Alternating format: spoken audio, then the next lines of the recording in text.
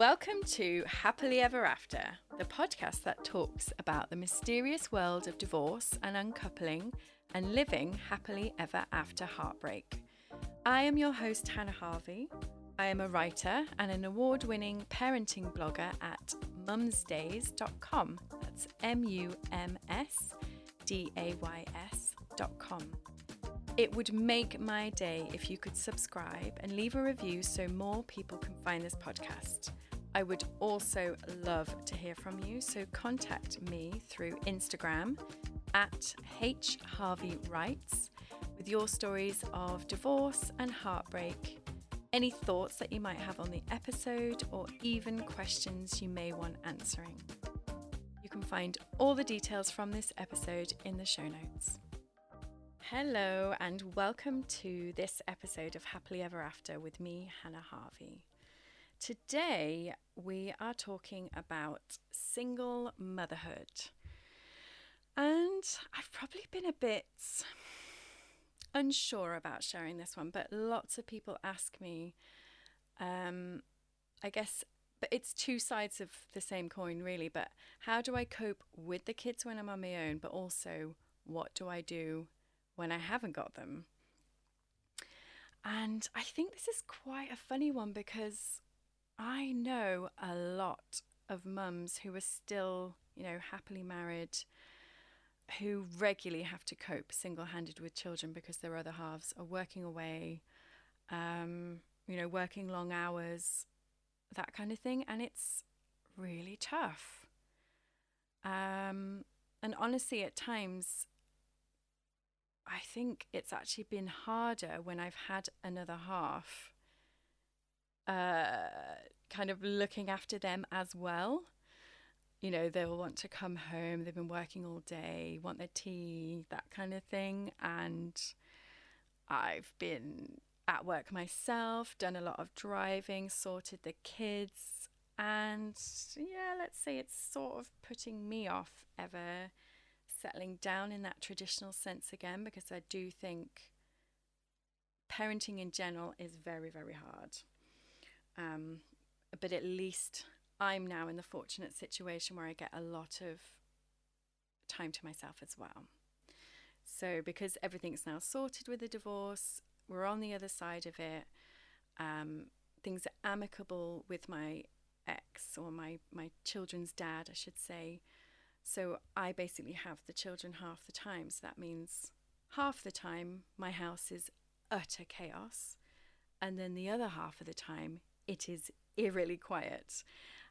And I think it's that transition that I found so tricky, to go from full speed to stopping. It's quite exhausting, and it can be laced with guilt. By the time you're ready to hand over the children, it's what's the word? It's like extreme for all the senses, because especially with two, they both want my attention in different ways at all times, and you're multitasking, which is something I am terrible at. So by the time I'm handing them over, I am quite ready for it, and I'm looking forward to having that quiet time. So hence the guilt. But then you get back to your quiet house, and after a few hours you're like, oh, I wonder what they're doing.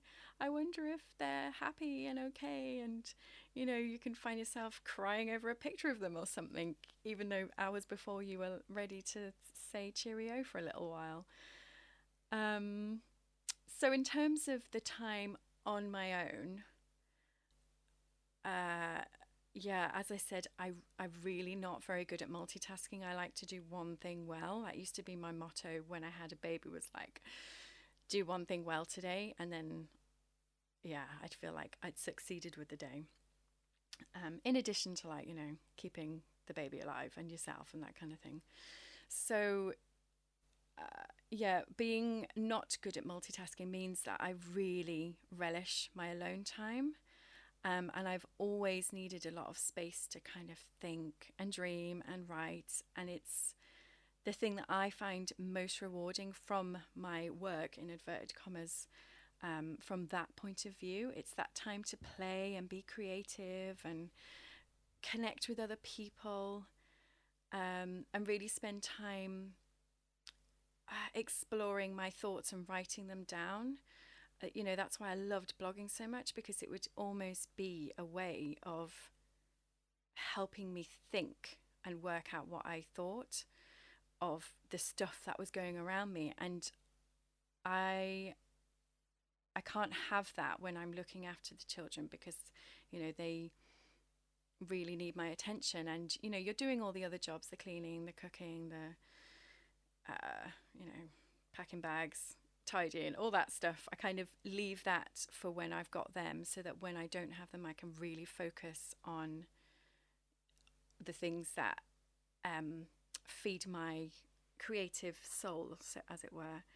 So yeah, I've learnt to really love and cherish my time away from them, and I know how to fill that alone time, and I definitely miss them. But even when I'm at my saddest, I really try to make the most of the quiet by resting and watching Netflix and smashing a load of bagels, as I've mentioned before. Or I'll go for a walk on the beach, really just try and cherish that alone time, because before I know it, they're going to be back and it's going to be chaos again. So you have to really rest and look after yourself. And of course, making time to see friends. And I've started to date a little bit again. So, it's nice to be able to do those adult things, which is really, really good. So when I actually have the kids, this has been funny. As I was researching what to say here, in my head, I'm like, oh yeah, it was pretty easy. I just make sure I focus on them. It wasn't that hard. But actually, I've been looking through a conversation that I had with my parents.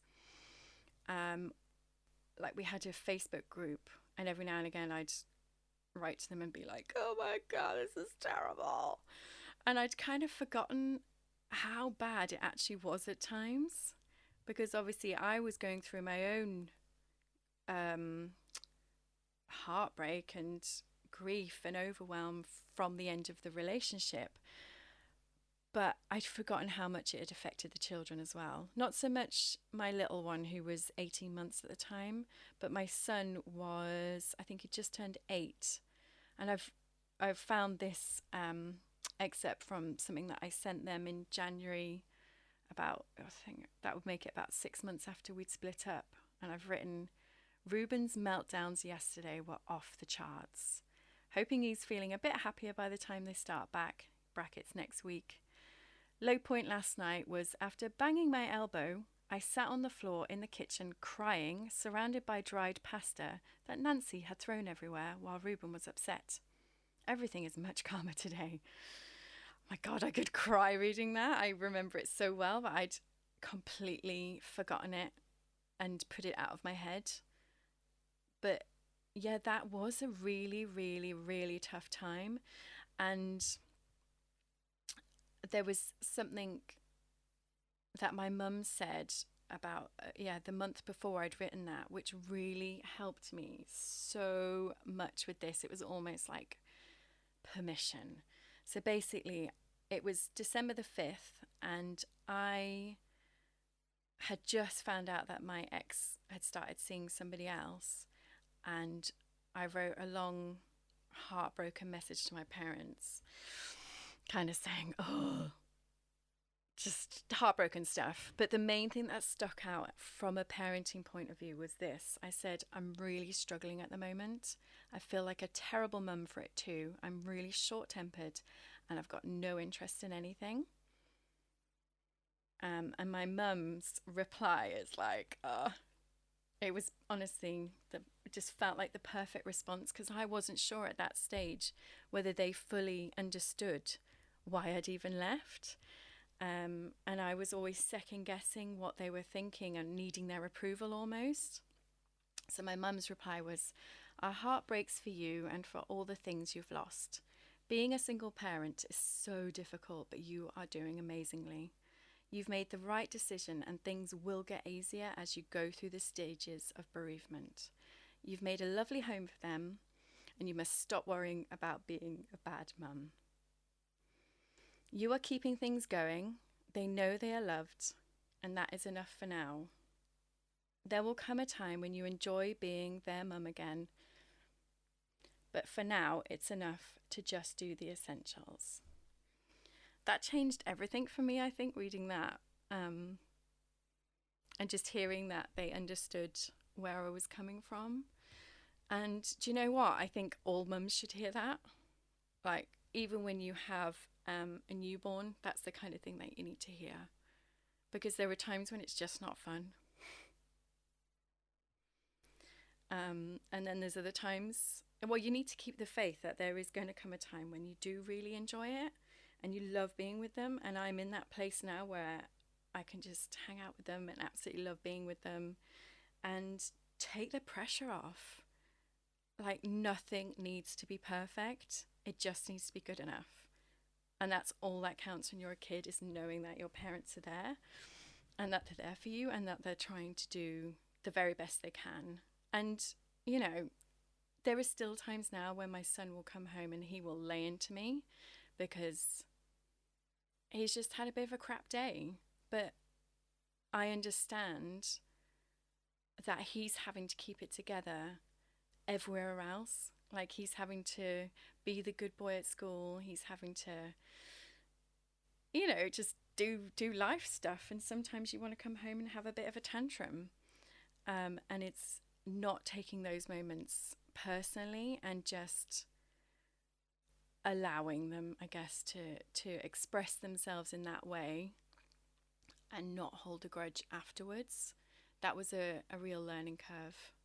You know, when they're being really naughty and you're trying to prove a point, it's never going to come across in that moment. That's the time when you need to kind of both take a breather and then come back together and talk it out once everybody's calmed down.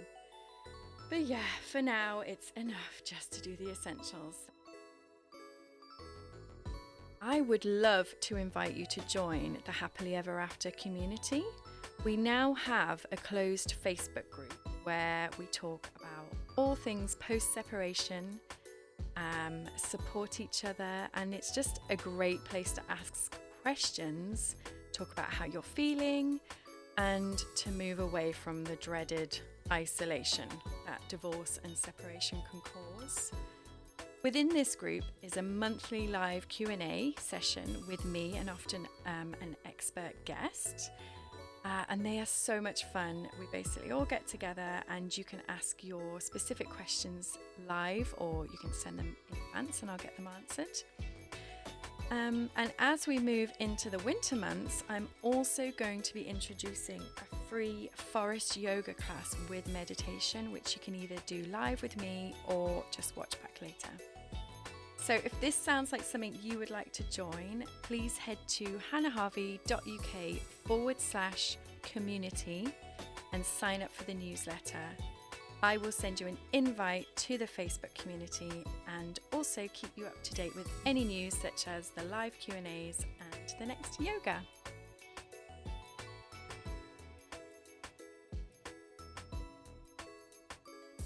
Just keep reminding yourself that if you're at this stage now where you're still just working everything out, you don't have to enjoy it.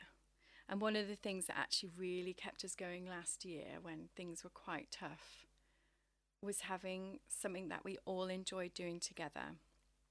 So I've got a 10-year-old and she's now 3, so she would have been 2 last year. And Bluey had just come out. Oh, it probably hadn't even just come out, but we just got Disney Plus, and we collectively all loved Bluey. So we would, all of us, sit and watch it together and laugh our heads off, and I would sit and cry at the soppy bits, obviously. So that was really lovely. And then the other thing, you know, if we'd managed to go to the park, I'd be like, oh, that's a win. We've been to the park. We've had a bit of fun together. And, you know, everyone's still alive. Everyone's eaten. One of them may not have brushed their teeth, but that's okay.